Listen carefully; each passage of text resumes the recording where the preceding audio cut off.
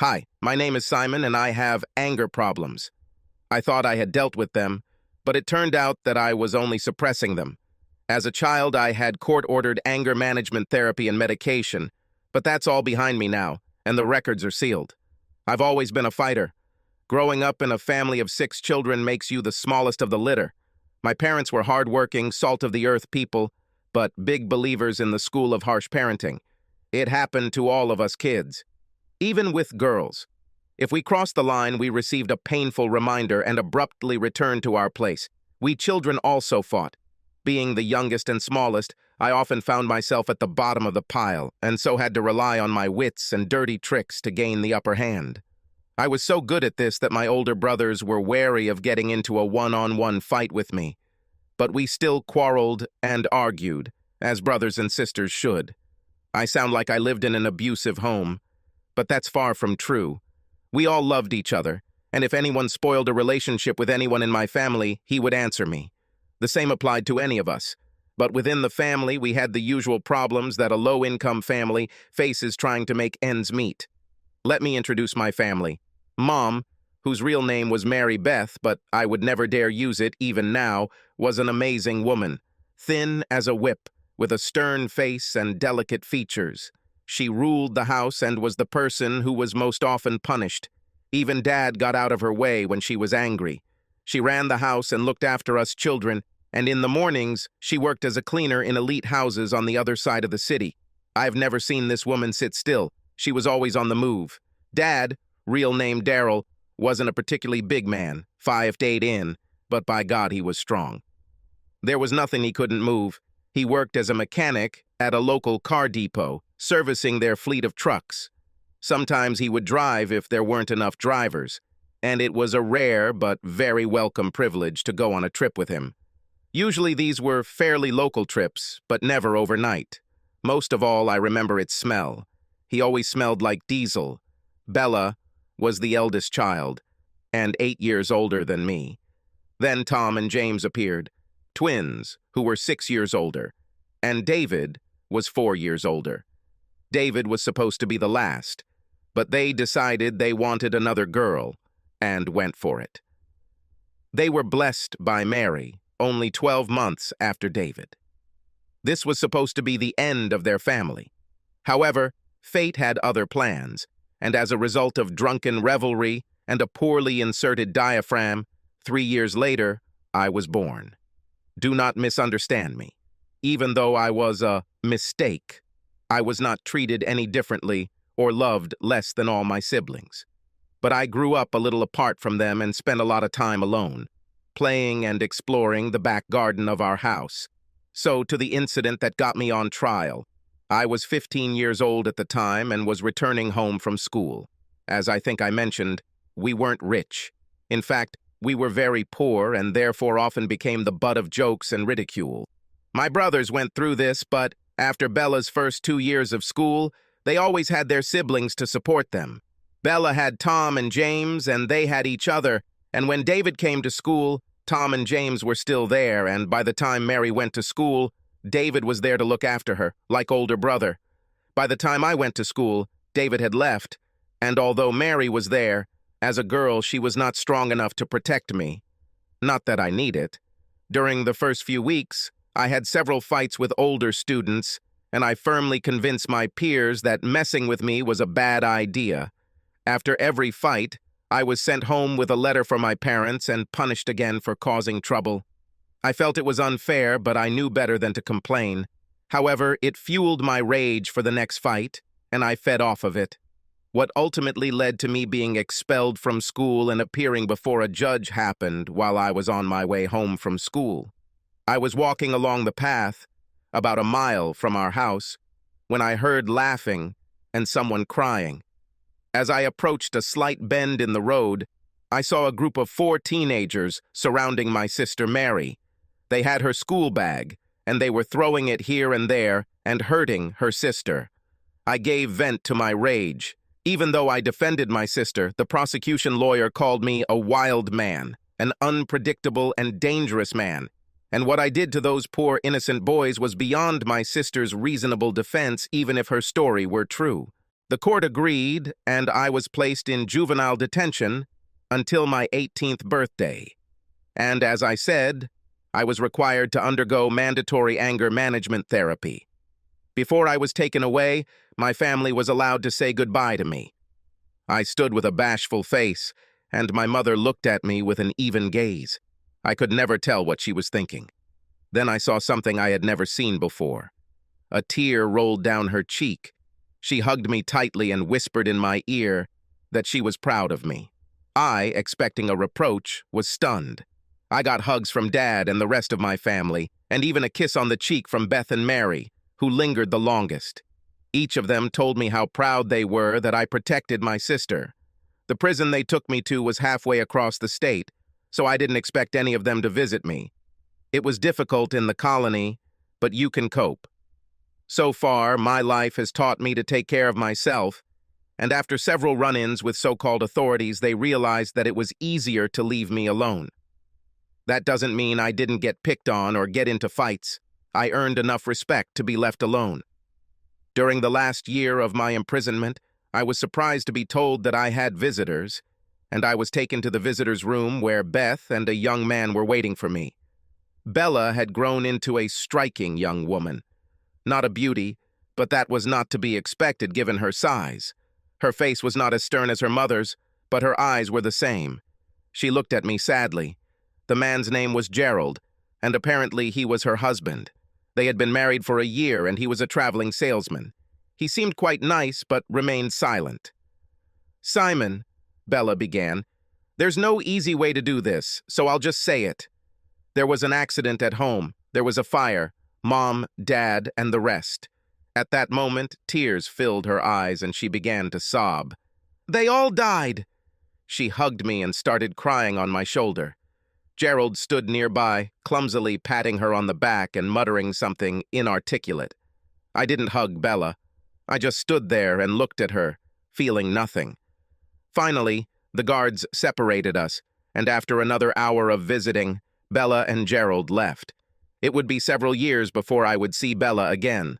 Thus passed the years of my imprisonment. Twice weekly anger management sessions, supplemented by medications that I soon learned to swallow and spit out whenever I was alone, seemed to cure my anger, and on my 18th birthday, I was declared fit to go out into society. While I was in prison, I received a matriculation certificate, and my personal file was closed. I had a blank slate. I was given $200 and a bus ticket to the nearest town, and don't let the door hit you in the ass on the way out. I didn't stay in the local town, but changed my bus ticket and drove across the state line. Everyone knew that the local colony was releasing its prisoners into the local town, so there was no getting around it. However, when I came to Jacksonville, Ohio, I started over with a clean slate. I told people that I was forced to leave the city due to a fire that killed my family, and that without family and friends, I decided to try to build my future in a new city. Soon I found a job in a small auto repair shop, housing, and began to rebuild my life. I worked hard. My upbringing did not allow anything else, and after a while I was allowed to do more. Apparently, I had inherited my father's mechanical aptitude and found the work easy and enjoyable. My abilities were noticed, and I was sent on a day-exempt course, and after just 6 years, I became a qualified mechanic. My life was back to normal, and I was enjoying life. The owner of the auto repair shop, Mike, was only 5 years older than me, but managed to get married successfully. His wife had money, and she provided him with money to start a business. I found their relationship a little strange. When we were alone, he was a wonderful character, full of jokes and not averse to telling jokes. However, when Stephanie was around, he was much more reserved and always obeyed her. Stephanie, on the other hand, was wonderful. 2 years younger than Mike, she had long brown hair and bright green eyes. She never lost her head and flirted with everyone, even with me. I found it awkward at first, and I even brought it up with Mike for fear that he would think I was trying to interfere with his marriage. He laughed at that. "She just likes to be the center of attention," he said. 3 years later, tragedy struck when Mike died in a workshop accident. I left the shop for a road test and returned to find the sheriff and local fire department trying to extricate him, but it was already too late. The day after the funeral, his widow came to my apartment. The workshop was closed after the accident, both out of need for an investigation and out of respect. Mike's death was ruled accidental. He was supposed to be using stands to support the car, but he was in a hurry to finish the job and took a chance. This surprised me, as I had never seen him do this before, but we all take shortcuts from time to time. "Simon," she said, "we need to talk." I invited her to come in. She got straight to the point. "I need you to take charge of the workshop," she said. "What?" I was surprised. "I'm a mechanic. I don't have enough knowledge to run a business." "Mike didn't know when we met either," she answered. "I'm studying business, and I taught him how to run a workshop. I'll do the same for you. The city needs a repair shop. Otherwise, people will have to travel miles to get repairs done. You need a job, and I need a man to run the workshop. I don't know anything about renovations. We can do this together. What do you say?" I thought for a few minutes. "How will it work?" "As you know, I helped Mike set up the business, so we were partners. He contributed part of the capital, and I provided the rest. After you showed up, he had enough free time to manage the workshop, as well as just work in it. So I retired and left you boys alone. This year we were going to start a family." Her eyes filled with tears, and I unconsciously hugged her. She cried quietly for a while, and then made a conscious effort to pull herself together. "What I propose is a partnership. I know how much Mike has paid you over the years, and I also know that you just don't spend the money. I assume you have some stock?" She looked at me questioningly. "I have some money," I answered a little warily. "I'm not going to steal your money," she said, laughing a little. "I just need you to buy a share of the business, so you can become a partner. We can then make a share of the business part of your new salary package, so that over the course of a few years, you own a larger and larger share. If you want to eventually buy me out completely, I'll be open to that, but I really like being a co-owner, so if you don't want that, I'll be happy with that too." "What if I don't want to be the owner?" I asked. "I think I'll have to find a buyer for it, but I have no idea who it will be or whether they'll want to keep you on staff after the sale." She said sadly, "I wouldn't like to lose everything. I've already lost Mike. Please don't let me lose the workshop and you too," she begged. "Lose me?" I thought. "Can you give me a little time to think about this?" I asked. "Of course," she said. "I have prepared several documents for you. If you decide to take action, you should contact a lawyer. Please think about it. I need your help." I know Mike wouldn't want the workshop to be sold. I felt like it was a little unfair, but I also knew she was right. Mike would not want the workshop to be sold to a stranger, to an outsider. Wasn't I an outsider? I lived in the city for only 9 years. In small-town America, you're considered an outsider if your grandfather wasn't born in that town, so how did I get accepted like that now? I remembered all the people I had met and the friends I had made since I came to town. As I said, I worked hard and tried to fit in. It made life easier. If I could help someone, I would. I had provided services to the town's residents on numerous occasions, and coupled with the fact that I worked for Mike, always did a good job fixing their cars, we didn't just fix cars, and was always polite and respectful, I seemed to be accepted into the community. I didn't go drinking or cause trouble. I had a great relationship with the town sheriff and his deputies, and I knew almost everyone by name. This city has become my home. I tried asking girls out a couple of times, but due to my complete lack of experience with the opposite sex during my formative years, I felt awkward around women. There were a couple of older married women who, hearing rumors that I had never had a woman, decided it was their duty to relieve me of this burden, but I found their behavior predatory and repulsive. I knew how my mother would want me to behave, and even though she was no longer around, her presence in my heart kept me in control. I looked at the documents Stephanie left me, but they didn't make much sense to me, so I called one of my friends, Lee Granger, who was an attorney, and asked him if he could look them up for me. "I can," he said, "but since I am already acting on behalf of Stephanie, I would advise you to get independent advice." The following Tuesday, I made the 90-minute drive to Columbus. I found the lawyer's number online and made an appointment using the online appointment form. I must say that I didn't recognize her right away. It was only when the secretary in the lawyer's office came out from behind the table and hugged me that it dawned on me. My arms instinctively closed around her. The sound of throat clearing behind me separated us. "Jonathan," the secretary said to the man who was looking at me from across the office, "I'd like to introduce you to Simon, my brother." That's how Bella came back into my life. After the first meeting, I explained to Jonathan why I was here. "I'll tell you what," he said, looking at the contract for a couple of seconds. "Bella, why don't you take Simon back to the house and make him dinner? Take the afternoon and get things done. I'll look into this and I have some other things to do. Meet me at home for lunch." While we were having lunch, Bella told me that her marriage to Gerald, an insurance salesman, had lasted only a year after I met them.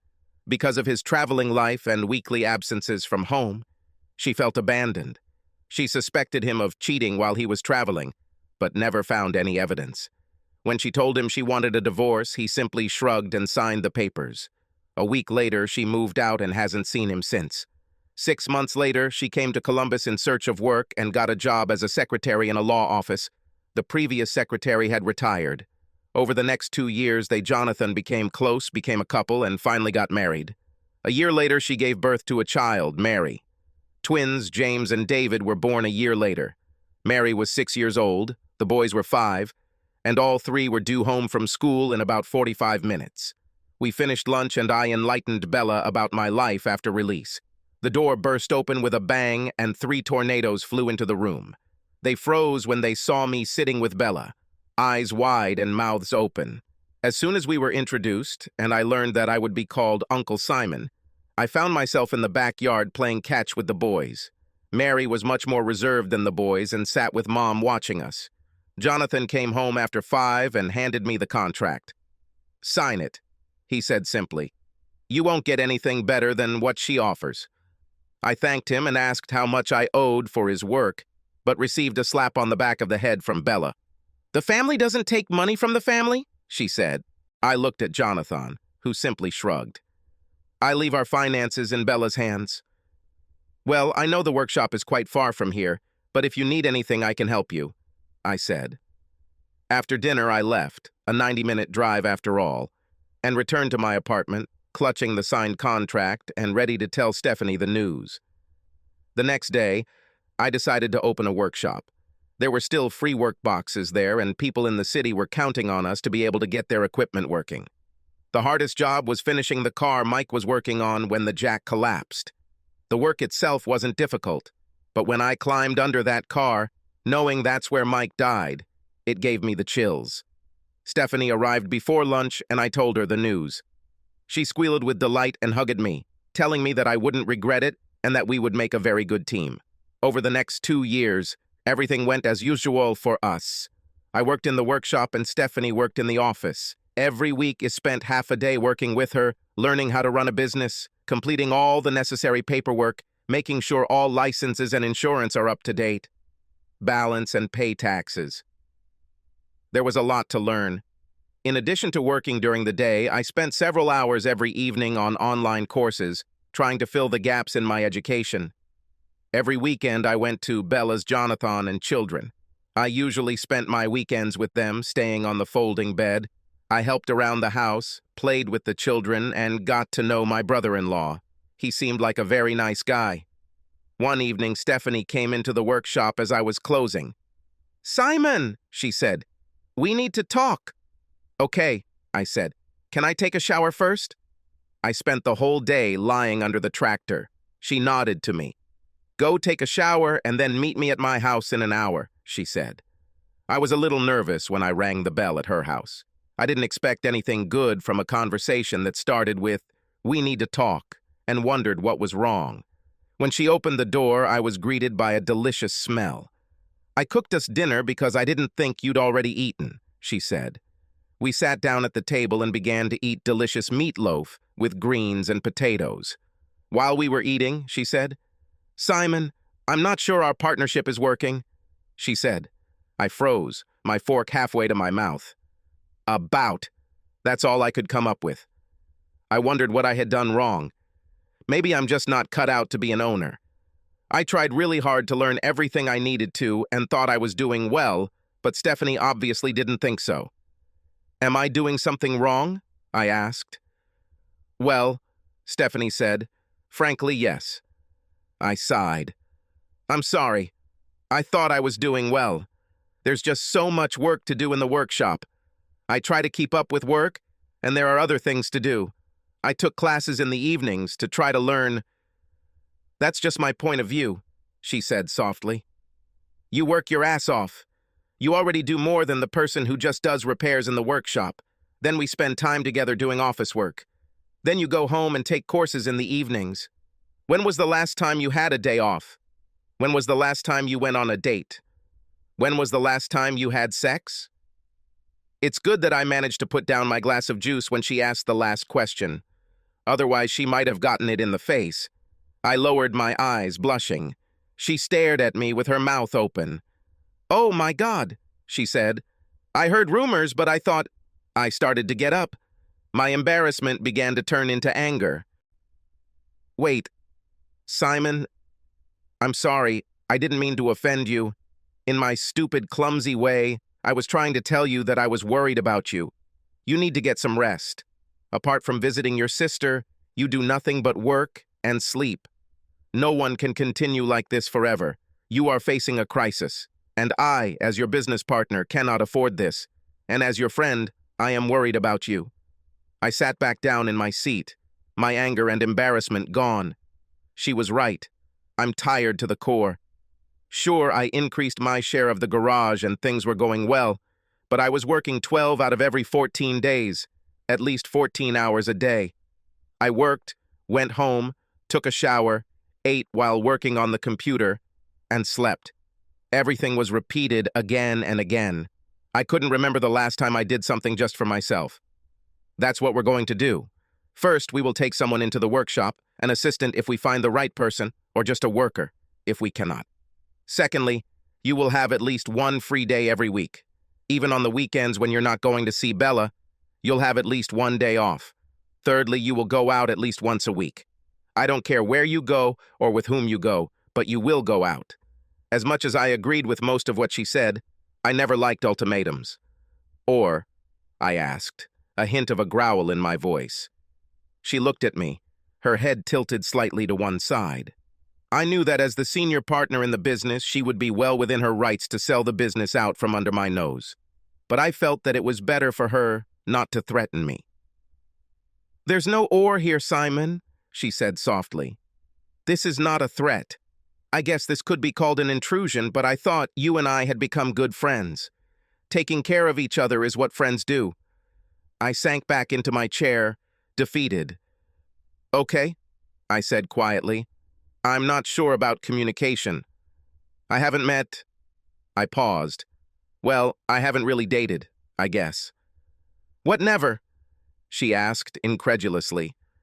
I shook my head. Have you never dated a girl? Another wiggle. What about the guy? She asked, with a mischievous glint in her eyes. I'm not like that, I said quietly. Have you ever asked a girl out on a date? I tried a couple of times when I first came to town, I said. I crashed and burned.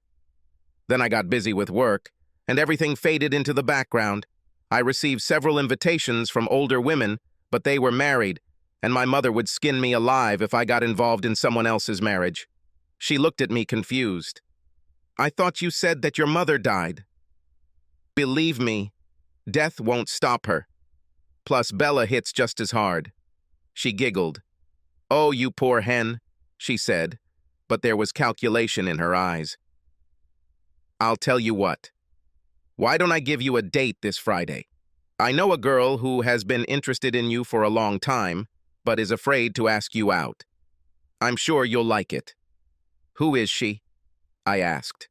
I knew almost every person in town and couldn't think of a single woman my age who showed interest in you. She said, this will be interesting.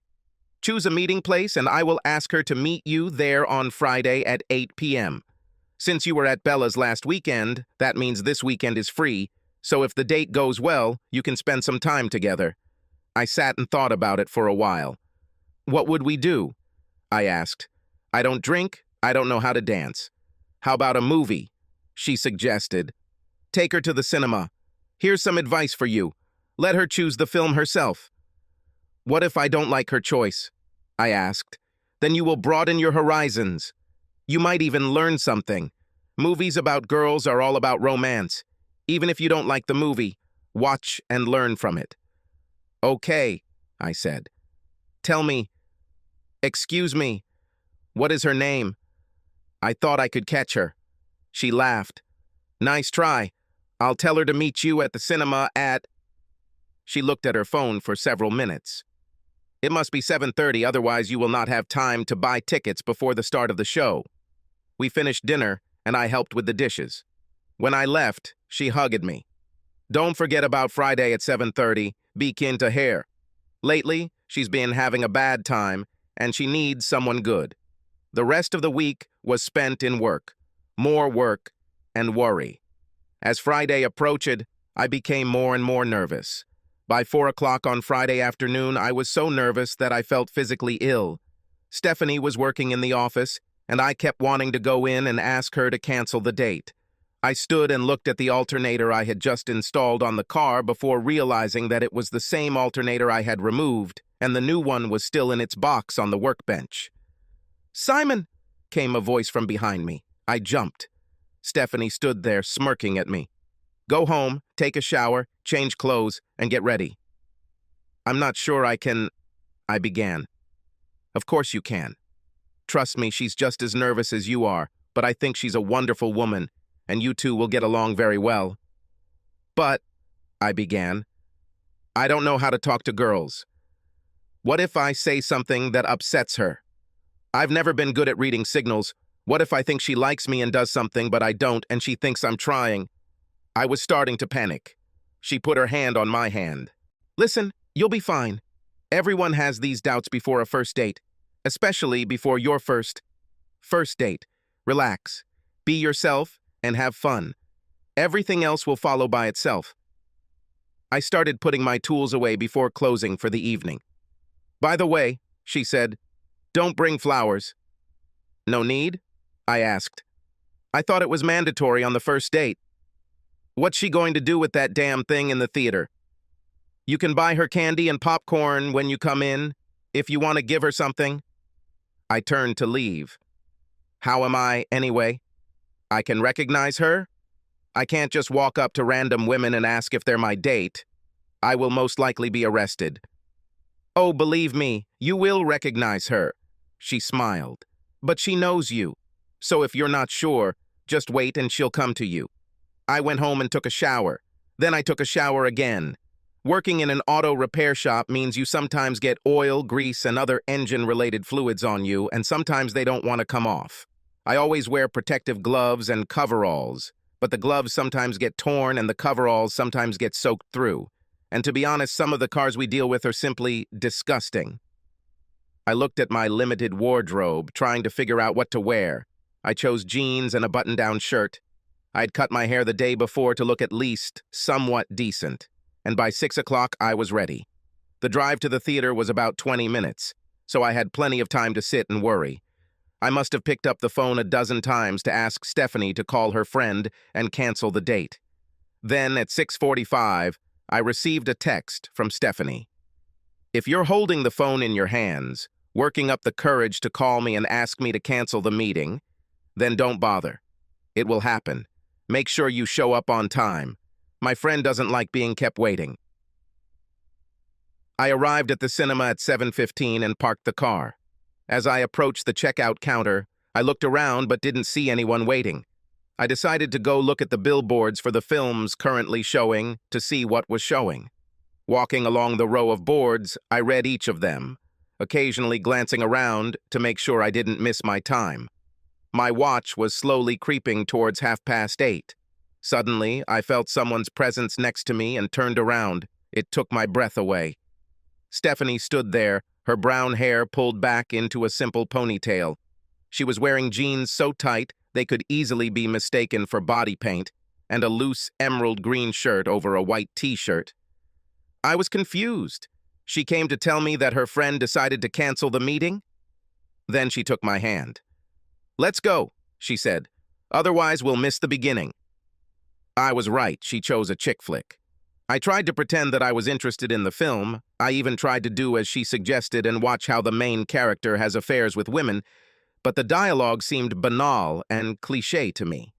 Of course, such lines don't work, do they? About a third of the way through the movie, I felt Stephanie press her hand to me. Thinking I was taking up too much space, I pulled back slightly to give her more space. She looked at me with a "seriously" on her face, then reached out, took my hand and put my hand on her shoulders, pressing herself against me. For a long time, I didn't even dare to breathe. Then she leaned over and whispered in my ear, "Relax, I won't hurt you." I didn't remember the rest of the movie. After the movie, Stephanie said she was hungry, so we went to a diner to get something to eat. It was at least more convenient for me. To begin with, there was a table between us, and as soon as we started talking, I relaxed significantly. I asked her about the parts of the film that I remembered and whether the pickup lines used had an effect on her. By the time we finished our meal, we were laughing together, and I felt much better. Stephanie took a taxi to the cinema. We changed seats, and I took her home. Being the gentleman I was raised to be, I walked over and opened her door to let her out of my truck. She took my arm to accompany her to her door. "Thank you for the evening," she said. "I really had a good time." She leaned over and kissed me on the lips. "Good night, Simon." She entered the house and closed the door. I stood for a long time and looked at the door. I was so conflicted. She was a beautiful woman and left no doubt that she was interested in me. But in my head, she was still Mike's wife. I knew it was ridiculous since he had been dead for over a year now, and as far as I knew, she hadn't dated anyone else in that time. But still. I got back in my pickup and drove home. The next morning, I was getting ready to go to the workshop at 8 o'clock when the phone rang. It was Stephanie. "Good morning," I said. "How are you?" "What are you doing right now?" she asked. "Just getting ready for opening," I said. "No," she said. "Get dressed. We're going for a ride." There was a knock on my door. "Wait, Steph, someone is at my door," I said, walking up to the door and opening it. She stood there and grinned at me. "No," she said again. "You can't ride in overalls. Go change clothes." She took me to a ranch and hour outside of town. "My friend keeps horses here," she said. "I come here to ride whenever I have the opportunity." I began. "Don't worry," she said. "I'll teach you how to ride a horse." She turned away, but I was sure I heard her say, "and on horses," half to herself. We had a fun day. The horse she chose for me was calm and docile, but just followed her horse, so I didn't have much control. She packed a picnic, and we ate on a blanket on the hillside. After we ate, she lay on her back and looked at the clouds. "Look," she said, "a dog." She pointed to a cloud that, if you could imagine, might look like a very deformed dog. I decided not to comment. I looked at the sky for a long time, watching the passing clouds. It was relaxing lying next to Stephanie. She kissed me. We pulled away from each other. I could hardly catch my breath. "I'm very sorry," she said, looking not at all like usual. "I just couldn't resist." "Stephanie?" I asked. "What are we doing?" She looked at me a little puzzled. "What do you mean?" she asked. "You know, I began, but she put her fingers to my lips. "Shh," she said. "There is nothing wrong." "I'm just so confused," I said. "Where does it lead?" "You'll have to tell me because I have no idea, and I'm blind when it comes to reading women. Are we just fooling around? Is it just fun or something more? How far are we going to go? Because right now I am full of thoughts, feelings, and desires that are pulling me in different directions. Emotionally, I guess I'm a little behind the times. Until 30 seconds ago, I had never even kissed a girl I wasn't involved with, and I had never kissed a girl like that." Stephanie lay down again, this time resting her head on my chest. I'm sorry to tell you that I can't answer these questions, she said. You see, this doesn't make it any easier. Yes, I have more experience than you. I've had several boyfriends and been married, but this, whatever it is as new and uncertain to me as it is to you. I am also full of the same thoughts and feelings, and attractions, she giggled. But I can't say where we're going, she continued. I miss Mike now, but I know that he is gone and will not return. And I can't spend the rest of my life alone just because he's gone. Since we've worked so much together, I've developed feelings for you that I'd like to explore. But where this research will lead us, we will have to find out together, if you don't mind. But why me? You know I've never been with a woman. Don't you want someone who knows how to... I began. If that kiss was anything significant, I'm sure you'll learn quickly. But as I said, we will both learn. Making love to someone is a very individual thing. What one person likes, another will hate. When we are ready, I will teach you, and you will teach me. We're not ready for this yet, and we may never be. But for now, let's stop thinking about the destination and enjoy the journey. She leaned in again, and we kissed again. And again, we were interrupted. It's time for us to go back, she said. After returning, we spent time brushing the horses, and then released them into the field. I need a shower, I said. I smell like a horse. From then on, every Friday evening, we did something together. We went to the movies, had dinner. She even talked me into going dancing with her, and I discovered that I couldn't embarrass myself too much on the dance floor. On weekends, when I wasn't at Bella's, we would spend Saturday or Sunday together and do something. We walked or went somewhere. We even went to a few car shows when they weren't too far away. We spent a lot of time kissing, and I got a good look at her body and clothes. About 3 months later, we returned to her house after spending a day at the local car show. I was a little disappointed as the exhibition was quite sparse and the exhibits were of a low standard, but I managed to find the part for the customer's car that I was looking for. Not all of my clients had new cars, or even cars for which new parts were still available. As usual, I opened the truck door for her and walked her to the door. She invited me in, which was nothing unusual. We often had dinner after walks, but I felt that something had changed today. I turned to close the front door, and when I turned around, Stephanie was standing right in front of me, so close that I reflexively stepped back, pressing my back against the door. She kissed me, then she pulled back and looked into my eyes. "Sorry, Simon," she said. "I cannot wait any longer. I don't know how to describe the rest of the night. We made love, but it was the best night of my life. I didn't know what to say. I didn't want to ruin everything with stupid words." She seemed to read my thoughts. "There are no words after this," she said. "Sleep, and let's see what tomorrow brings." Our relationship also developed outside the bedroom. We became a couple. We got engaged. We got married. And that's when everything started to change.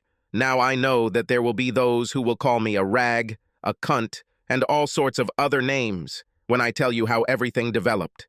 They will argue that in the same circumstances, they would have done this or that, and they would never have allowed events to develop the way they did.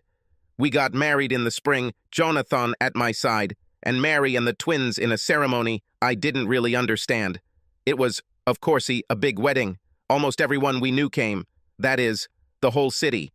The bill was phenomenal, but as I said, Stephanie had the money. And by this time, the workshop was doing well. I was almost an equal partner and had more than recouped my initial investment. The trustees of Stephanie's foundation insisted on a prenuptial agreement, which was presented to me for my signature. It was only their attitude towards me that prompted me to say that I would look into this case with my lawyer and return it to them. It turned out that this was the right decision because it was completely one-sided. If I had been unfaithful to Stephanie, I would have walked away with what I put into the marriage and a small amount for each year of our marriage. However, if the positions were reversed, the prenuptial agreement would have no force, and I would be subject to ordinary divorce laws. In other words, I would be completely screwed and most likely lose everything. I received a family discount again from Jonathan and left him to negotiate a fairer agreement directly with the trustees. I moved in with Stephanie before we got married. We hired an assistant and a worker in the workshop, which was growing well, and I was as happy as I could have hoped. The only thing that would have made me even happier was if Stephanie had told me we were expecting a baby, but even though she stopped taking the pills, that didn't happen. 3 months after our wedding, small events began to happen. As I mentioned earlier, when Mike was alive, Stephanie was always a flirt, but that stopped after he died. And during our courtship, she gave me all her attention, and she always behaved decently around other men. It didn't happen right away, but gradually I began to notice that she was returning to her flirting ways. I think the first time I really noticed, again, as I said, a gradual process, was one night when we went dancing. She liked to do this at least once a month. We had already danced together several times, but then a large, well-groomed man whom I had never seen before came up to her and asked if she wanted to dance. On all previous occasions, she looked at me when this happened, and I always replied that if she wanted, then I did not mind. This time, everything was different. Without looking in my direction, she took his hand, stood up, and walked out onto the floor.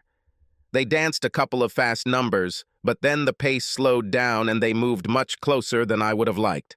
I decided to intervene. I tapped him on the shoulder and he turned around, pursing his lips. "I think now I'd like my wife back," I said coldly. I saw him contemplating his next move and mentally prepared myself for the blow that I fully expected from him. But then he smiled and stepped back. "Of course," he said, and then turned to Stephanie. "Thanks for the dance." "What the hell was that?" Stephanie was furious. "We didn't even finish the dance." She simply turned and left the bar. I was stunned. Why was it my fault that this scoundrel couldn't keep his hands to himself? "I didn't like the way he treated you," I said. "And what?" she said. "It's my ass and I can take care of myself. I don't need you to tell me who I can dance with and who I can't." "So you wouldn't mind if I danced with some other woman and wrapped my arms around her?" I asked hotly. She laughed. "Do you think that because we had sex several times, you have some idea about women? Dream on." She burst into our bedroom, and I heard her close the door. It was cold all weekend, and I slept in one of the guest rooms. I tried to talk to her several times, but she simply ignored me or left the room. Finally, I decided that I must have overreacted. When I got home Monday night, I apologized. I thought I saw a sparkle of triumph flash in her eyes, but it disappeared so quickly that I couldn't be sure. She hugged me. "Simon, you know that I love you, but you are my husband, not a jailer. I danced with some guy, so what? If he went further than I wanted, I would deal with it. Don't you see that by your intervention, you told him that you were worried that I might go astray? If he thinks that way, how much more likely is he to come back and try again? If you let me deal with him, he would understand where the boundaries are." I thought about this for a moment. This made some sense. "I'm sorry," I said again, and everything seemed to calm down. Things started to change in the bedroom, too. Now I understand how naive I was. It was 6 months after the wedding when I found her pills. I reached into her bag for something, it seemed like a pen, and found half a pack of pills. At first, I thought they must have been left before we started trying for a baby and didn't say anything.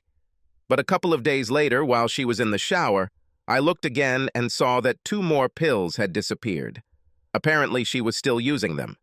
At first, I was going to show her the box of pills, but I realized that this would not lead to anything good. Every time we had any argument, I lost. She would just stop talking to me and ignore me until I apologized. Yes, we often had great make-up sex after that, but only after I gave in. One day I talked to Bella about this, and she asked if I remember Mom and Dad ever arguing. I thought about it. I never remember them quarreling. Dad simply agreed with what Mom said. He said, "Happy wife, happy life." "But, of course, you can't live like that," I said. "We should be partners, not master and servant." Bella looked at me. "I remember one argument between Mom and Dad," she said. "It was because of you." "Me?" I said. "This was before you were born. You always knew you weren't planned. But I hope that through it all, Did you ever feel like Ma and Pa treated you differently than the rest? She asked. No, I grinned. I received the same punishments as everyone else. Some of them are from you, I remembered. And you deserve them all. She grinned in response. But you must remember, she continued, how poor we were. We had nothing and were barely surviving. When she was 7 months pregnant with you, your mother returned home with a man. Apparently, she decided they couldn't afford to have another child, and although it was never a thought that she wouldn't give birth, she made inquiries about adopting you. This man was from an adoption agency, and he came to talk to Pa. Pa just sat and listened to what the man had to say, thanked him and said that he was wasting his time. There was no way they would give up their child for adoption. He showed the man the exit. Mom was furious. You know what she was like when she was angry? She called him every name I had ever heard, and some I had never heard. She told him what a fool he was, how he had doomed them all to starve or live in poverty for the rest of their lives, how they couldn't handle the extra mouth to feed and all the expenses of a new baby. She went on and on. During all this, Pa just looked at her. When she screamed, he just came over and hugged her. He told her that they would never part with their child, that no matter what, the child will grow up in a loving home and will live in his own family. They can handle it. They will be fine. That was the end of the argument, and you know the rest. You see, Dad never argued with Mom because there was never anything he felt strongly enough about to argue about. He trusted his mother to make the right decisions and therefore followed her lead. Apparently, he thought her decision about you was wrong, and so he did something about it. So, you think I need to pick my battles to decide if the problem is big enough to fight for? Yes, she said. But rest assured, because judging by her behavior, she seems to be a stubborn woman. If you decide to oppose it, it could be the end of your marriage. I think she's willing to go that far to get her way, so you need to be confident too. Are you and Jonathan arguing? I asked. No, came a voice from behind me. I just do what I'm told. She smiled warmly at him. As it should be, she said. I decided to talk to Stephanie as if I hadn't found the pills. Stephanie, I think I need to go to the doctor, I said one morning as we were getting ready. Why? She asked, looking worried. Is something wrong? No, I feel fine, I reassured her. But we've been trying to have a baby for several months now, and nothing is happening. Maybe I need to get checked. Maybe there's something wrong with me. She smiled softly at me. Baby, everything takes time. Be patient. Let's wait a few more months, and if nothing happens, then maybe we can talk to Dr. Smith. We're both young and healthy. I'm sure it will happen. I nodded sadly. She was clearly lying to me, but I didn't understand why. I remembered my conversation with Bella. Should I confront her about the pills? This would definitely cause an argument. I have already heard her accusing me of spying on her and violating her personal space. Perhaps she wanted to wait a little longer with the children. Perhaps she didn't think she was ready yet. I decided that I would give her a year to get herself in order, and then we would discuss children again. Besides, while she thought I thought we were trying... A few weeks later, Stephanie told me that her friends had invited her. She agreed because she knew that I didn't particularly like to dance. And so it became a regular thing. Every Friday evening she went out with the girls. At first she was home by 11, but gradually it became later and later until some weekends I would go to Bella's before she got home. Our sex life was changing more and more. She became even more demanding in the bedroom. I couldn't even talk to Bella about it. Who would discuss such things with their older sister? Once again, I decided that this was not enough to divorce her, so I got used to it. About 3 months later, she returned home from one of her girls' nights out. She was a little drunk, but it was quite early for her, just after midnight. I had already gone to bed, but she woke me up and we made love. When I came to, Stephanie had already gone to the bathroom and was taking a shower. I was still in a sleepy state, but the same thing was running through my head. Her words about another man. Did this really happen? I felt nauseous. Was it possible that it was just a fantasy running through her head? I decided that in the future, I would need to watch her much more closely. A week later, I returned home from the workshop to find Stephanie sitting at the kitchen table with several papers spread out in front of her. "What is all this?" I asked. "A business proposal?" she answered, without taking her eyes off the papers. "From whom?" "There is one guy. His name is Danforth Evans. He plans to become a financial broker. He needs a business partner, and the trustees of the foundation referred him to me." "We don't know anything about finance," I said. "We have a car repair shop. We may not know, but I know, and the auto repair shop is your brainchild. Now it's working again, and I need something more stimulating. What do you know about this Danforth? How do you know he's not just a scammer trying to drain your trust fund?" She looked at me contemptuously. "Listen, I know that you have taken over the workshop, that you are now running it, and that it is doing well, but don't think that makes you an expert in business. My trustees and I have been investing in business for a long time. I know what I'm doing. You're just worried about your little business." She buried her head in the papers again. Over the next few weeks, she spent a lot of time attending meetings with this Danforth to forge their partnership. Every time I noticed that she seemed to be spending a lot of time with him, she would snap back, saying that building a new business takes time. She reminded me of how much time we spent together building the auto repair shop. I restrained myself from reminding her of the results of spending so much time together. Another month passed before anything else happened, and that was the beginning of the end. I returned from my weekend at Bella's and went into the bedroom to unpack the bag I'd brought with me. I noticed that the linen on the bed had been changed. This seemed strange to me since we only changed it on the Friday before I left. When I looked in the laundry basket, there were no dirty sheets, which was also strange since I usually did my laundry on Sunday to prepare for the week ahead. My mind immediately jumped to a conclusion that I didn't want to think about. I walked back into the living room where Stephanie was sitting, going through more papers. "So, how was your weekend?" I asked quietly. "Okay," she replied. "Papers again?" I said, pointing to the stack that I was sure wasn't there on Friday. "Yes," she answered absently. "Danforth brought them in." I felt my anger begin to rise, but I suppressed it. Just because she said he was here and because the bed had been changed didn't mean what I thought it meant. I needed a lot more evidence if I was going to accuse her of cheating. "Why have I never met Danforth?" I asked. She looked up at me. "He's a business partner. Why do you want to meet him?" she asked. "I just thought it would be nice for us all to get together. Why don't you invite him and his wife to dinner one night?" "Oh, he's not married," she said, "but maybe you're right. How about next Friday?" We made a reservation for 7 o'clock on Friday. Stephanie told me to meet her there, as I would need to go home, shower, and change. She will go straight from the new office. When I arrived, they were already sitting at the table chatting, and I realized that I had met this guy before. This was the asshole who asked Stephanie to dance a couple of months ago. They both stood up as I approached, and Stephanie introduced us.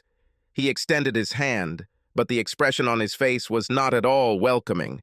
It was somewhere between smugness and disgust. I pretended not to notice his hand, kissed Stephanie on the cheek, and nodded to him as I sat down. The meal was painful for me.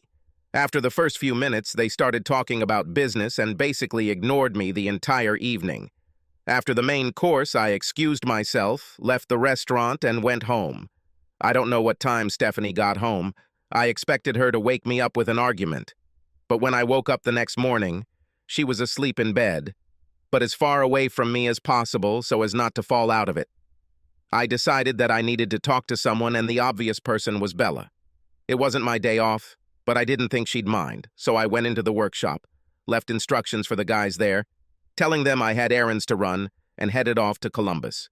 When I arrived, Jonathan was mowing the front lawn and looked at me quizzically. "Is your watch going fast?" "You're a week early," he chuckled. Bella saw my pickup truck pull up and got out. She looked at my face and said, "Jonathan, take Simon to the house. I'll take the kids to Mary and be back in half an hour." Jonathan looked at us and obeyed, leading me into a closet and handing me a glass of amber liquid. "Do you want to talk now or wait for Bella?" he asked. "I'm not sure about some of the things I need to talk about." "Look," he said, "neither Bella nor I are naive. We were both already married and had children. Also, don't forget what I do for a living. Bella participates in all my conversations about divorce, so she has heard a lot of things that would make even a woman of easy virtue blush.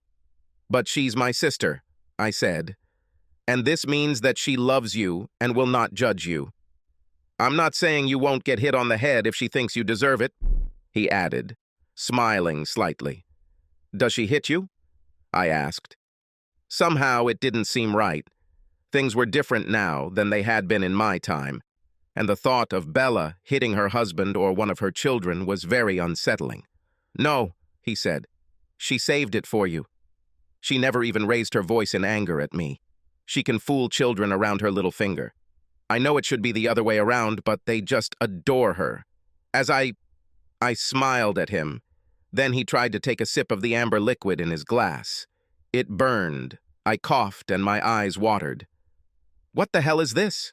I asked, coughing even more. "This, my boy, is a 12-year-old malt. It's an acquired taste. Sorry, but I don't think I'll buy it anytime soon. Do you have any beer?" He laughed and went into the kitchen to get me a beer. He threw the mug on the table and then put the bottle down. By this time, Bella had returned and entered the room. She sat down opposite me and glared at me. "Okay, tell me," was all she said, and I told you. It felt incredibly good to put everything out there. I thought I would feel embarrassed telling them about the changes in our sex life, but I started talking and couldn't stop if they asked me. Everything just poured out. "Can I ask?" Bella said softly when I finished my story. "Was she your first?" I lowered my head, embarrassed, but nodded. "What are you gonna do?" asked Jonathan. "You still don't know for sure what's going on between this Danforth guy and Stephanie?" I looked at him in surprise. "He means legally," Bella said. "I'm guessing you're thinking of divorcing this bitch, which means you need to activate the prenuptial agreement, which means you need proof." Jonathan nodded. "If you think they were having sex in your bedroom, the easiest thing to do is install a surveillance camera there." He stood up and went to his office, then returned with a small device. "Hide it somewhere with a good view of the room.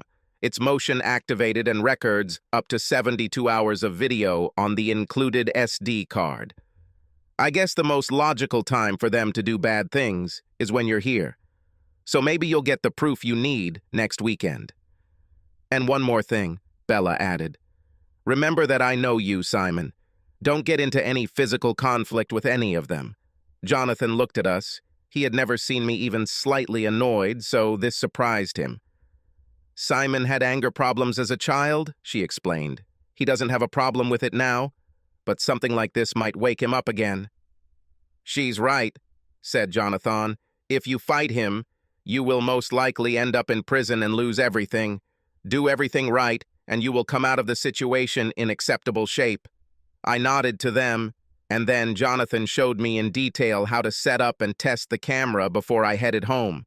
Luckily, I installed the camera as soon as I arrived home. I set it up in the bedroom while Stephanie was at work and tested it. It worked great and was completely invisible unless you knew what to look for. I then went into the workshop for the last couple of hours before closing. When I got home, Stephanie was waiting for me in the living room. "Go take a shower and then come back here. We need to talk," she said. I was in no hurry to get into the shower. I didn't want to start this conversation, and I wished I had another camera to put in the living room. I decided to open up a video app on my phone so I could capture something if she was going to confess to anything tonight. As I approached the living room, I heard voices and saw that while I was in the shower, Danforth had arrived. They were sitting on the sofa with their backs to me. I quietly placed the phone on the sideboard, hoping it wouldn't be noticed. I walked across the living room and sat down in the chair opposite this couple. Stephanie placed the beer in front of my chair, and I took it and took a long sip. I felt that I would need it. "Simon," Stephanie said, "what you did last night was incredibly rude. I think you owe Danforth an apology." "Is it true?" I said in an even voice. "I do not understand why." You clearly didn't need me there. Why should I stay? You were the one who insisted on inviting him to dinner, she insisted. Why did you leave like that? Danforth simply looked at me, with a smug expression on his face. Maybe because I no longer wanted to spend the evening with my wife's lover, I said without raising my voice. It seemed to strike a nerve. I knew about them, but they didn't know that I was aware of it, and that changed things. So he finally figured it out. It took him quite a long time. I trusted you, and you betrayed everything we had. And now, it's all over between us. Oh no, said Asshole. We are far from finished. You see, Stephanie and I have an agreement. I need a business partner. I don't understand what this has to do with me, said. Because my wife will divorce me, and I will lose access to all her money, he said. And besides, it's so much fun. Cuckold a loser like you. I thought you weren't married? I said, looking at Stephanie. She laughed. Do you think he would have brought her with him? For her to see him and me together? So you did this to Mike, too? I asked. At the end of the day, Mike was a good little asshole. I had to persuade him, but in the end he calmed down. Just like you, he said. There's no need to make a big deal out of it, Stephanie said. If you play ball, we can continue as is. Small changes in the bedroom, and no one has to know. I will know, I said. And his wife will know, because I will tell her. You will do what you are told, he growled. I took another long sip of my beer, fighting the urge to break the bottle over his head. I think I'm done, I said. I'll take my things and leave. I'll say hi to your wife when I see her. Stephanie, I'll ask Jonathan, contact your lawyer. I felt a wave of dizziness wash over me. To your Evie flashed through my head again. I tried to get up, but immediately lost consciousness. Then I heard voices. Damn, Steph, how much did you give him? The same amount we used on Mike. It's not nearly as big. You'll be lucky if he doesn't get poisoned. Oh, he'll be fine. He might need a little more time to recover, that's all. I felt a hand on my neck, probing pulse. I think you're right. I need a beer. They left the room. It took me a while to come to my senses. My head was throbbing. I was tired. I checked the ropes. I couldn't budge them. I tried to rock the chair, but it was a solid old chair that didn't move either. I looked around the room and looked up at the place where I installed the camera. I could make it out, so I was pleased. If they didn't kill me, which I doubted, I would have all the evidence I needed. I might have to watch Shithead have sex with Stephanie, but since I'm already divorced from her in my head, I can handle it. I didn't understand why they needed me at all. She could be with Shithead without his wife knowing, and without my presence. It seemed to me that they were just trying to gain power. They needed someone to dominate in the relationship. They were sick in the heed. I woke up with the mother and father of all Heedicus. The room was dark, and I heard regular beeps. Being the genius I am, I decided that I was in a hospital.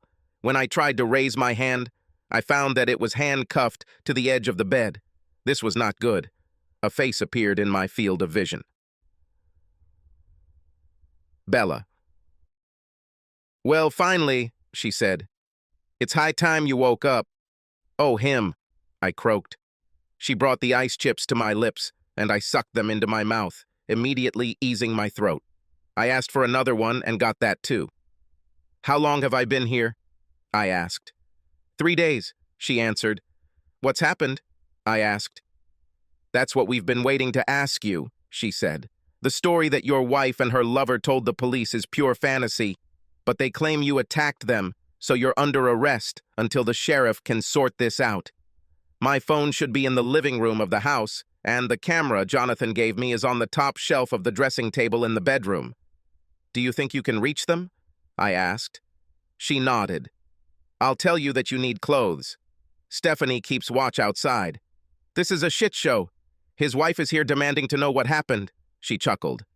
What did they say happened? They said you came home and found them in bed together. You attacked him. She laughed a little at that. I knew that you were a savage, but I didn't think that even you were capable of such a thing. Oh, but the circumstances were completely different. Did they take my blood when I arrived? I asked, and she nodded. Ask Jonathan insists that she be tested for illegal substances. and take these things out of my house," I said. At that moment, the nurse came in and told Bella that I was too nervous and needed to rest. She pressed a button on the device next to the bed, and I felt drowsy again. I was awakened by someone raising my hand. Looking down, I saw a man in uniform. It looked like he was taking off the handcuffs. "What?" I said meaningfully. "Take it easy, Simon. I just needed to take them off. Your sister took your phone and camera from the house. Jonathan showed us the evidence. You are no longer under arrest. As for the other two," he smiled grimly, "I have a new use for them," he said, turning them on his finger. It took almost 2 weeks before I could sleep properly. I sat in bed waiting for a visit, Jonathan and Bella, when there was a knock on my door. Standing there was a beautiful woman, probably about 30 years old. "Hello?" I said. "Hello," she said.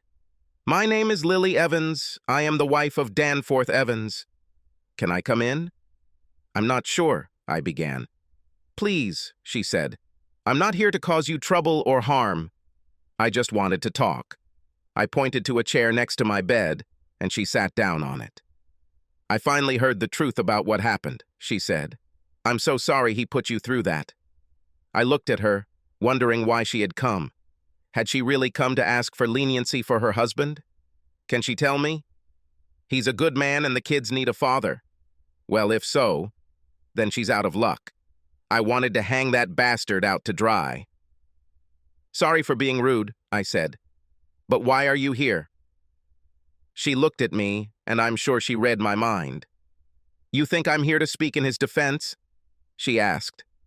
This couldn't be further from the truth, but I'm here to defend mine. "I don't understand," I said. "Your brother-in-law told me that he intends to recover significant compensation from Danforth for what he did to you. But the thing is, Danforth doesn't own anything. After the divorce, which, by the way, has already been filed, he will be lucky if he leaves with his own skin. But since we were married at the time of the attack, the lawsuit will be filed against us as a couple. More precisely, against me. Don't get me wrong," she said. "I have money, not a fortune, but enough to live a reasonable life and raise children. But if you take it away from me, you will punish me and my children for what we didn't do. It won't be worse for him, but it will be worse for us. Please, we didn't do anything to you. Please don't punish us for his crimes." She started crying, and I wanted to hug her and comfort her. At that moment, Jonathan and Bella entered the room. Jonathan frowned when he saw Lily sitting next to me. "You shouldn't be here," he said. "Please leave." Snorting, she nodded, stood up and left. She looked back at me pleadingly as she walked through the door. "This is true?" I asked.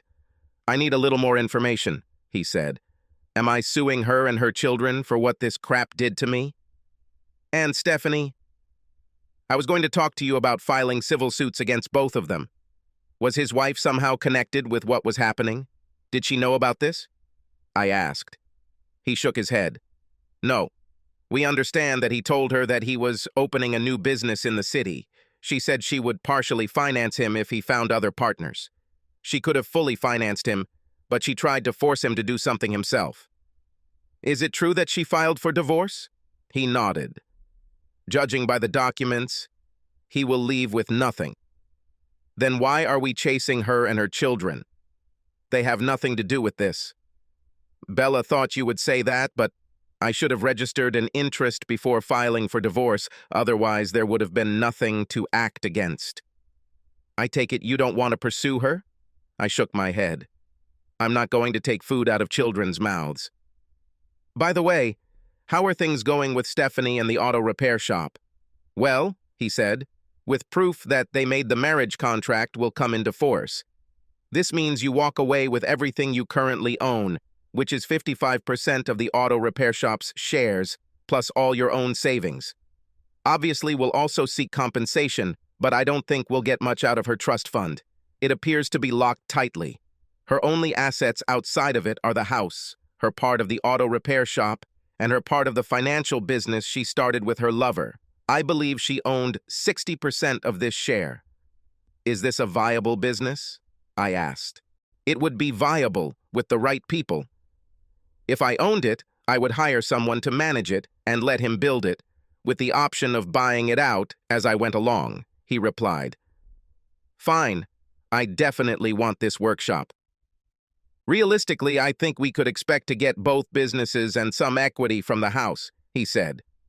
Let's do it, but don't go after Lily, I reminded him, and he nodded. With the help of video evidence and my testimony, Danforth Evans was indicted. He was sentenced to 15 years. Stephanie was sentenced the same way. She was sentenced to 10 years. The divorce took place 6 months later, and her lawyers agreed to transfer her share of both businesses and pay 50% of the value of the house. Jonathan said that this was the best offer we could get, and I agreed. One afternoon, I found Jonathan and told him that I needed to find a way to pay him for all his work. A quick glance at the contract is one thing, but he spent a significant amount of time on my behalf, and as a one-man band, he couldn't spend that time making money. He leaned over and invited me to do the same. I did this, and he slapped me on the head, smirking. Bella told me you would do this, and she told me what to do when you do. I rubbed my head sadly. My sister hits harder than you, I said. A month later, the business asset transfer papers from Stephanie finally arrived, and I decided to go look at this financial business and see if there was anything worthwhile there that could be salvaged. I was told that the business employs several people, but does not produce inspiring results. When I opened the door, I saw a man standing nose to nose with Lily Evans and shouting in her face. "Kiss my ass," he shouted. "You may have a stake in this business, but I'm the only one keeping it afloat. Until the senior partner comes and tells me otherwise, I will run this office my way." "Good morning," I said. He turned to face me. "Who the hell are you?" he asked. "Well, I could be a potential client with $1 million portfolio to invest. But I think I'd just take my business somewhere else," I said. He looked me up and down. Since I had just come from the auto repair shop, I was still wearing overalls, albeit clean ones, but still overalls, he said mockingly. "Nonsense. Do you have $1 million? I don't think you should shout at people like that," I remarked, "especially at a woman." "Well, you can just—" I raised an eyebrow at this, but Lily giggled. "I wouldn't recommend it," she said. "It didn't turn out very well for Danforth." He turned pale and looked from her to me. "You're the guy who—" "I'm the one who owns 60% of this business," I said, "which, as you so eloquently put it, makes me a senior partner, which means you are fired." "Fired." "You can't fire me," he said. "This business will go bust in one day." I shrugged. "I don't care," I said. "I don't need this." I pointed at Lily. "She doesn't need this. The only people who will suffer from you being a complete and utter asshole are the employees. It's you." "Me too," said a sad voice behind me. I turned around and saw a young woman sitting at the reception desk. "Sorry," I said. "I didn't see you there." "Who are you?" "I am nobody. And now, apparently, she's unemployed," she said, and a tear ran down her cheek. "Looks like I'll have to be a waitress again." "What are you doing here?" I asked Aunt. "I answer calls, open mail, make coffee," she said. "It's not much, but the hours and salary are better than a waitress, and it means I can be home with my daughter in the evening." I pursed my lips. "Okay, stay here for a minute." I turned to the annoying guy. "You, get out." He turned pale for a moment and began to strike a pose. I smiled. I think that solved everything. He left. I closed and locked the door behind him. "Lily, you, me, and—" I looked at the girl. "Monica," she said. "Monica," I continued, "we need to talk." "First," I said, looking at Monica, "where is that coffee you were talking about?" She began to rise. No, I said. "Just point it out. I'll bring it." She pointed to the coffee maker at the other end of the office. "Lily?" I asked. "Just black for me," she said. "Monica? Cream and sugar, please." With coffee in hand, I sat down with the ladies. "So," I said, "I know the percentages, but how much do we have in dollars?" The value of the business is about 250,000, which means your share is about 150,000, Lily said. What happens if we just leave, besides losing this share? I asked. We can't just leave. We have clients. Our solution will be to sell the business to other brokers.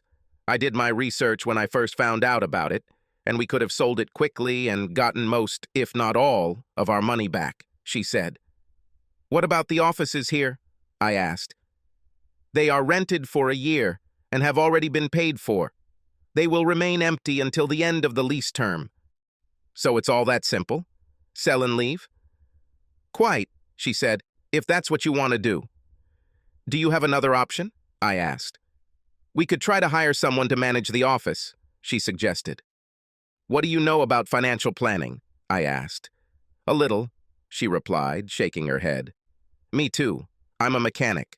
We can just set ourselves up for another one of the same assholes. I pointed to the door through which he left. If only, I said, turning to Monica. Can you do it? She smiled sadly and shook her head. I make appointments, answer calls, and make coffee. I nodded. Then it's decided. From now on, we are closing the office. You said you have potential buyers? I asked Lily. She nodded. Could you arrange this, please? She nodded again. I owe you at least this. I have never been able to thank you for withdrawing your lawsuit against us. I never had a claim against you, I said. It was a lawsuit against the your ex-husband. You and your children did nothing to me. She grinned. Shit, that's right. But I will be happy to organize the sale. I will let you know when the contracts are ready so your lawyer can review them. I turned to Monica. Now you, I said, won't you take a ride with me? She looked from me to Lily. Okay, she said nervously. It was only a 10-minute drive to the auto repair shop. I took her to the office. Desk, notebook, telephone, coffee maker. I pointed to each item. If you're interested, this is not a very powerful financial institution, but it is an honest, regular job, and you can stay home with your daughter in the evenings. The salary will be the same as what you received in your previous job, with a 10% increase. Oh, can you drive a car? I asked. I don't have a car, but I have a license, she answered. Fine. You may have to travel for parts, pick up or drop off customers whose cars are being serviced. We have a van that we use for parts and a car for customers. Obviously, there is no point in leaving it in the shop overnight, so you can take the machine home overnight and use it. As long as it is kept clean, I said. She looked around the office. When do I start? She asked, smiling. You're already late. Not the best start to the first day, I said, smiling to soften the edge of my words. Monica and I almost immediately found a common language. She was a year younger than me, and her daughter, Bethany, was an absolute joy. I suggested that on days when her mother couldn't look after Bethany, she could bring her to the store. She could sit with her mother in the office, watch something on her tablet, and also go with her mother to buy parts or even pick up and drop off clients. City residents did not mind having their child sit in a car seat behind them when being driven to or from the store. Once we set the precedent, it became the norm, and every day, Bethany accompanied her mother to work. We were careful to keep her out of the workshop, which is a dangerous place, but the office was quite safe and even much cleaner thanks to Monica's efforts. After months of dancing around each other, I was working up the courage to ask her out when Bethany, in childish fashion, put me to the test. I had to go out of town for a 2-day auto show. I was looking for a specific part for an old car and was reliably informed that there might be someone at the show who could help.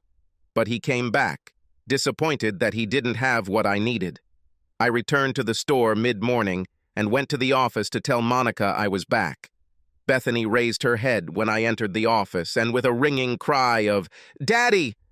she ran to hug me. Monica froze like a deer in headlights. I must say I was stunned myself, but I picked up the little package that needed attention and carried it back to her mother. "I'm so sorry," Monica said. "I don't know where this came from." I chuckled. "I think this is a hint," I said. "She tells me it's time for me to get off my ass and ask her mom out." Monica blushed, but looked at me calmly. So are you going? I think yes. But I'm not sure where she might want to go on such a date. Do you have any ideas? Movie? She asked. I winced internally, remembering my first date with Stephanie, but I didn't show it. Despite the past, the date went well, and almost a year later, Bethany was one of Monica's bridesmaids at our wedding. Two other notable events occurred. About 3 months after Monica and I started dating, the sheriff came to visit me. Apparently, Danforth's cellmate told authorities that Danforth admitted to him that Mike's death was not accidental. They were going to exhume his body and check it out. If the inmate's words were true, then Danforth and Stephanie faced very strong charges. Another incident happened the following week. Monica, Bethany, and I went to see Bella, Jonathan, and children. At some point during the weekend, I did something wrong, and Bella hit me on the head.